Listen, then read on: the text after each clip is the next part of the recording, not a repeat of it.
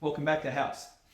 Ellie, borrowing. In today's episode, we will be discussing borrowing money, how to go about it. By the end of it all, how you've possibly saved yourself millions of dollars. Great topic. So we're talking about borrowing to invest. I'm ready to buy my house. Ellie? Yep. Okay, so I've 10% deposit. Yes. As you know, we always say minimum 10% deposit for good reason, as you would have seen in the previous episodes. So I've got the 10% deposit. I know I'm already a safe bet with the banks. I'll put a few feelers out there, and so I know I'm good there. But at the end of the day, it's all about how much is it truly going to cost me? Great topic. So with borrowing, it's probably the biggest undertaking anyone will do. Right. So you got to take your time.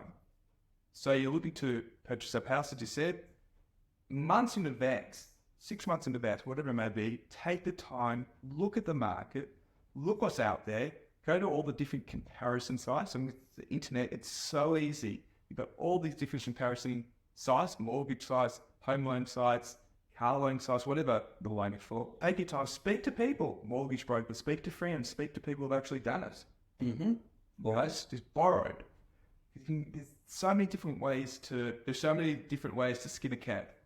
So comparison sites, one, get an understanding of what the true cost, as you said, because they may have these figures. It's going to cost you whatever it may be, 7% per annum, 10% per annum, whatever it may be. But there are other costs involved. Okay, so what you're saying, if you may see a loan at 5%, Yes. and then there's another loan at 7%. Yes. And the one at 7% may actually be cheaper. But how can it be cheaper? Because one's at 7%, one's at 5%. So, Of course I'm going to go for the 5%. okay, so there could be numerous reasons. One could be, they call it a honeymoon rate. So the first couple of years will be 5%, and then they jack it up to 8-9%, but you're locked in for 5 years, so you're behind already after the 5-year period.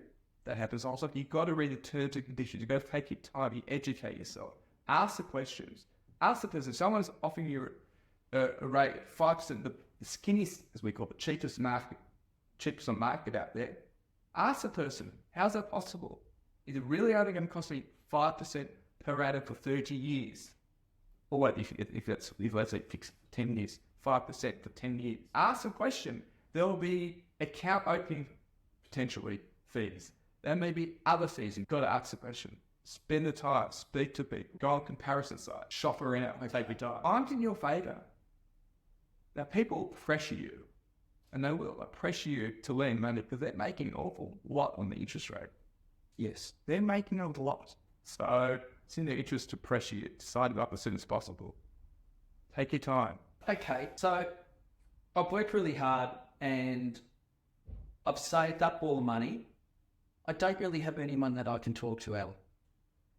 So who do I talk to? First point of call, what I would do if I was in a situation, I'll take the liberty of the internet. Go in there, just type in on Google, whatever you search in, and say comparison home loan rates. Okay. Let's say you need to borrow $500,000. But yeah, I understand that, but even if I'm sitting at a bank, I really don't trust the bank either, to be honest with you. And you shouldn't. Okay. So, but how do I know what they're saying? There's no Hidden fees or whatever. exactly right in the fine print. That's why there's all this literature information out there on the internet. Educate yourself to the point that you're a bit more confident to speak to the bank. Don't speak to the bank straight away. Right. Speak to friends. And you said you don't know. Yeah, I don't really have people that I can talk to. Understand. So then self-educate. Okay. This will help you. This will help you. Yeah. Educate yourself. Then you'll be in a strong position. You'll understand a bit more. So when you have that conversation with the bank, you'll ask the appropriate question. Would it be worthwhile actually just to even make an appointment, say, with an advisor or an accountant, just to put it under their nose? Just with the party? Because I have no idea. My background is I have a egg farm. Yes. So I know everything about eggs. Everything. Easter eggs? No, chicken eggs. Oh, But No, I'm serious. Yeah. But I don't know anything about money. Understand? And I've got an accountant because... Oh, so if you've really got a relationship, I thought you had no one. So you've really got that relationship with an accountant, absolutely speak to anyone you can. Yeah. But if I don't know someone, Yeah. I'm better off, do you think, just speaking to a professional, just paying that small fee? Because the fee in the big picture of things is nothing. Correct. But I want the right advice. If you structure it incorrectly, or you're paying a premium that you don't have to, it's going to cost you, it's going to cascade, it's going to cost you millions. Literally. Yeah. So, yeah, spend the time, as I said, educate yourself. Educate yourself, perhaps, as I said, paying a professional, get that advice. Yeah. Do whatever it takes. Get a great understanding, first, what everything means, and second, what's out there. It is so important. This is the biggest undertaking, financial undertaking, that most people ever go through. Okay, so we've sorted out, we've found the right lender for us. Fantastic. How often should I make the repayments? Again, it really depends. Well, I've got a cash business. Yes. Am I better off paying, say, weekly into that rather than at the end of the month, every 4 weeks? Yes and no. Most of the time, yes, but you don't actually know. So, for instance, it's a completely separate analogy, but I know as an insurance company, if you pay weekly or annually, it's exactly the same. There's no benefit of paying more often. Okay. People think it is. You just have to. For some lenders, it may be beneficial. Yes. It may not be. Okay. That's why it's all about the research. Okay. So it falls back to asking the question, am I better off paying every 2 weeks rather than every 4 And weeks? if you can save yourself, call it $500 a year by doing it out, well, Yep. gee, that's do it. Home for the long term, for sure. Yep. Absolutely. So Okay. ask a question. There's no dumb question out there. Every question is important. You must be confident.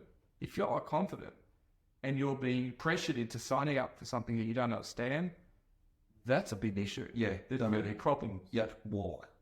Definitely. Just don't sign unless you're 100% confident and you've done the research, you spent the time, you know what's out there, you know what you're signing yourself up to.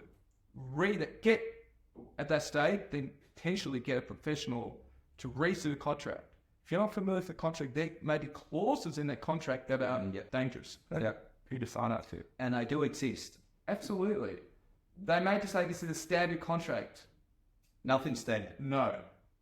You have seen everything. You've told me about some interesting clauses. So take the time, speak to anyone and everyone you can. Worst case scenario, if you have to do it, pay someone for the advice. Correct. And that's It's not the best money you spend. correct. Enjoyable, worth your time.